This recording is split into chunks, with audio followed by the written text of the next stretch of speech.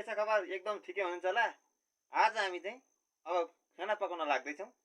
तर खाना पकाउनुभन्दा पहिले कुखुराहरू निक्लिएका छन्। कुखुराहरू हेर्छौँ है त। आजको दिनको सुरुवात चाहिँ कुखुरा निकालेर हुन्छ। कुखुराहरू कहाँ छन्? ए छोरमा छन्। यिनीहरूलाई चाहिँ जेल जस्तो बनाएर राखिरहेको छौँ है त। जम्मै कुखुराहरू चाहिँ कहाँ छन्? खोरभित्र छन्। कोही जम्मै भागे, एउटा मात्रै छ यहाँ। हेर्नुहोस् गाइज। हेलो हेलो भन् तर भनेको गाइज। अब गाउँघरमा बसेपछि केही न केही त चल्नै पर्यो, केही न केही त गर्नै पर्यो होइन। कुखुरा निकाल्नु पर्यो। भन्दा हाम्रो घरको वृद्ध कुखुरा हो, यो चाहिँ भाले हो।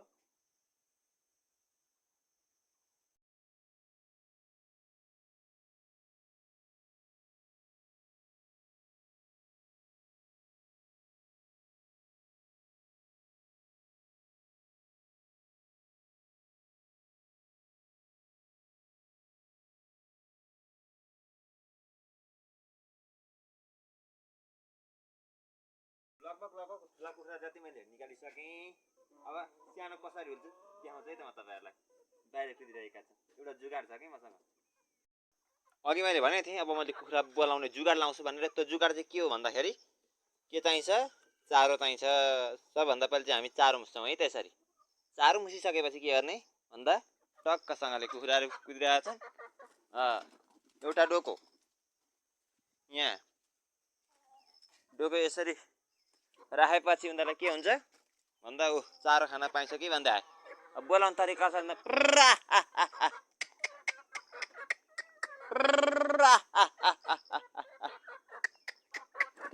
त्यसरी आउँदैछन्।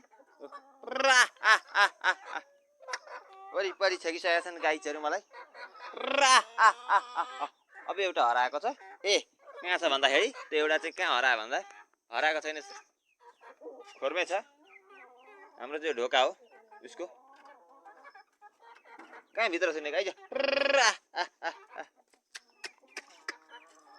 खोर पनि सफा गर्ने बेला भएको छ। आमा सिलिनी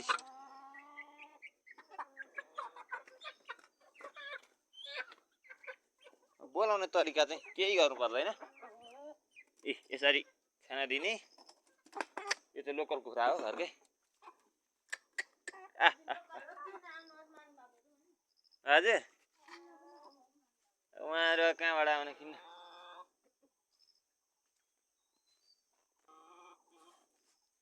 अब कुखुरा निकालिसकेपछि अब चाहिँ खाना पकाउने पालो छ हो। अब हात धुनु पर्यो होइन। त्यसै कुखुरा छोको हातले त पकाउनु भएन, हातमै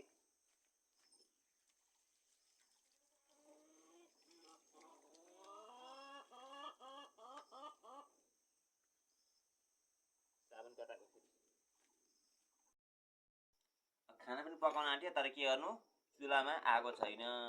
चुलो खाली छ है, आगो बालेको छैन। अब के गर्ने भन्दाखेरि आगो बाल्नको लागि सबभन्दा पहिले के चाहिन्छ? एउटा यस्तो भाटो चाहिन्छ। र त हामीले भाटोलाई के गर्छौँ? मसिनो बनाएर यसरी चिर्छौँ। हेर्नुहोस् है गाइज, तपाईँहरूलाई पनि काम लाग्छ। यसरी मसिनो बनाउने। प्लास्टिकहरू चलायो भने के हुन्छ भन्दा वातावरणलाई प्रदूषण गर्छ। त्यस कारणले के गर्छौँ भन्दा हामी सबभन्दा पहिले चाहिँ भाटाहरूलाई चाहिँ मसिनो धुलो बनाउँछौँ। यस्तो चोइटा बनाउनुपर्छ क्या, मसिनो चोइटा बनाउनुपर्छ। अझै चोइटा बनाउनु।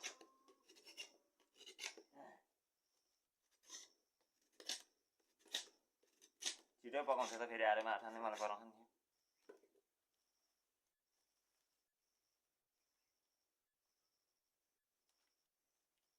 चोइटा पनि पारिसक्यो होइन। अब बल्छ बल्दैन। यति चोइटा छ। अब यहाँ चुलामा पकाउनु पर्ने है त।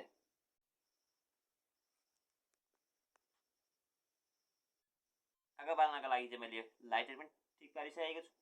अब बल्छ बल्दैन। गाइज यो लाइटरको ग्यास सकिएको रहेछ। अब हामी यो लाइटरबाट पार्दैछौँ है त आगो। आगै बल्दैन त पानी हाल्नुपर्छ क्या। ए पानी हाल्दैन त भित्र बताउ साँच्ची। हेर्नुहोस् गाइज, फाइनल रूपमा आगो बलिसकेको छ। अब हामी खाना पकाउनेछौँ चुलामा। गाइजहरू खाना पनि पाकिसकेको छ। गीत सुन्नको लागि एउटा रेडियो पनि छ।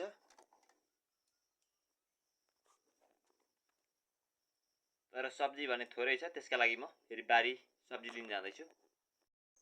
घरमा सब्जी नभएको कारणले गर्दा म चाहिँ बारीमा सब्जी खोज्न जाँदैछु होइन। अब म चाहिँ कतिखेर अब आइपुग्छु, बारीमा सब्जी खोज्न जाँदैछु म। अचार छ होइन, हिँड्नै पर्यो यतिको, के बेर लाग्छ। अगाडि बाटो पनि यस्तो छ, मकै बारीहरू भएर यस्तो छ। यहाँ त अम्बिसर घारी छ, हेर्नुहोस् गाई, घारी यस्तो छ। म चाहिँ सब्जी खोज्न गइरहेको छु, बाटो यस्तो छ हेर्नुहोस्। तेरिका लड्यो भने खत्नु। हेर्नुहोस् दुईपट्टिको बिचमा छु। गाइज फाइनली गाइज म घरमा आइसकेँ र बर्खे सिजनको तरकारी ल्याइसकेँ।